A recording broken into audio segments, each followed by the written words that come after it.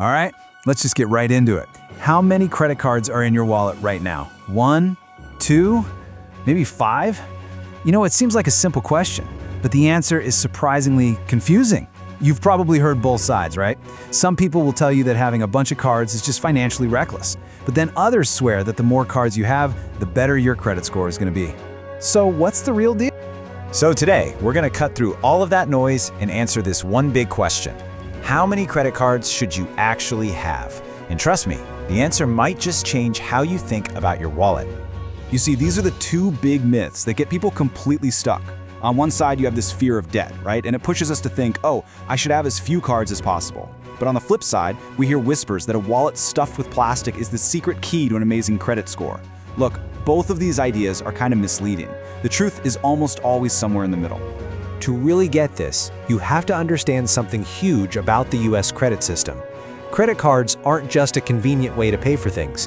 No, they are more like the fundamental building blocks of your entire financial identity. The number of cards you've got, it directly impacts these 4 crucial things: your credit utilization, the length of your credit history, your payment consistency, and ultimately, the level of trust that lenders have in you. Having too few cards can actually hold your score back, but having too many, if you manage them poorly, oh yeah, that can absolutely sink it. So let's tackle the biggest argument in favor of having more cards. It all boils down to a really simple but incredibly important piece of math called credit utilization. So, what is a credit utilization ratio? It's simply the percentage of your total available credit that you're using at any given moment. Lenders are, well, they're kind of obsessed with this number. And generally, they want to see it stay below 30%. Honestly, the lower you can get it, the better. Okay, now check this out. This is where it gets really clear. Let's say you have one credit card with a $2,000 limit. You put $1,000 on it, boom, your utilization is at a whopping 50%, which to a lender looks pretty risky. But now imagine you have 2 cards for a total limit of $4,000. That same $1,000 balance, well now it only results into 25% utilization. And this is the absolute key. You spent the exact same amount of money, your behavior didn't change one bit. The only thing that changed was your total available credit. Just by having more credit out there, your responsible spending looks even better to the credit bureaus, and that has a very different and much more positive impact on your score. But hold on. Of course, it is not all sunshine and rainbows. There are some very real dangers to having more cards, and this is exactly where a lot of people get into trouble. The problems usually kick in when you apply for too many cards too fast. Each application can put a little ding on your report called a hard inquiry, which can temporarily drop your score. But you know what? The real danger is just in the day-to-day management.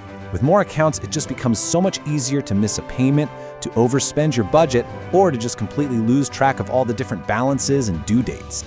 So, the crucial point is this. The credit system doesn't reward you just for having a lot of cards. It rewards you for showing that you have control and responsibility over the credit you've been given. Quantity means absolutely nothing without discipline. Okay, so we looked at the pros, we've looked at the cons. How does this all lead to an actual answer?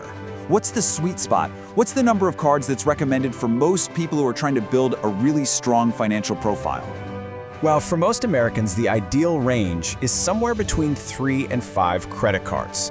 Think about it. That allows for a smart mix, right? Maybe a primary card for daily spending, a rewards card for travel or gas, and maybe a store card you use for discounts. It's enough to build a diverse credit profile and keep that utilization low without being totally overwhelming to manage. But, and this is so important, this is not a magic rule that applies to every single person. It's a guideline. It's a starting point for you to figure out what works for your specific financial situation. Your personal magic number really depends on you. It's tied to your income, your level of spending discipline, and how long you've even been building credit. I mean, someone who is incredibly organized with a high income might comfortably manage more, while someone who's just starting out, yeah, they should probably stick to the lower end of that range. And that brings us to the final and maybe most important way to reframe this whole question. We need to stop thinking about what we have and start thinking about what lenders actually see. Because I promise you, they are not just counting your cards.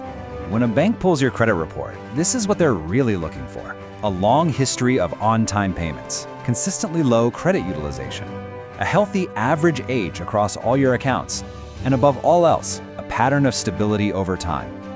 You know, this quote really just says it all. Having just one card might seem simple, but demonstrating consistent, responsible behavior across multiple accounts, in the eyes of the financial system, that is far more powerful. Just think about it from their perspective for a second. An applicant with one single maxed out credit card, that person looks like a very high risk. But an applicant with 5 credit cards, all with low balances and a perfect payment history, that person looks way more stable, disciplined, and, well, trustworthy. So, let's wrap this all up.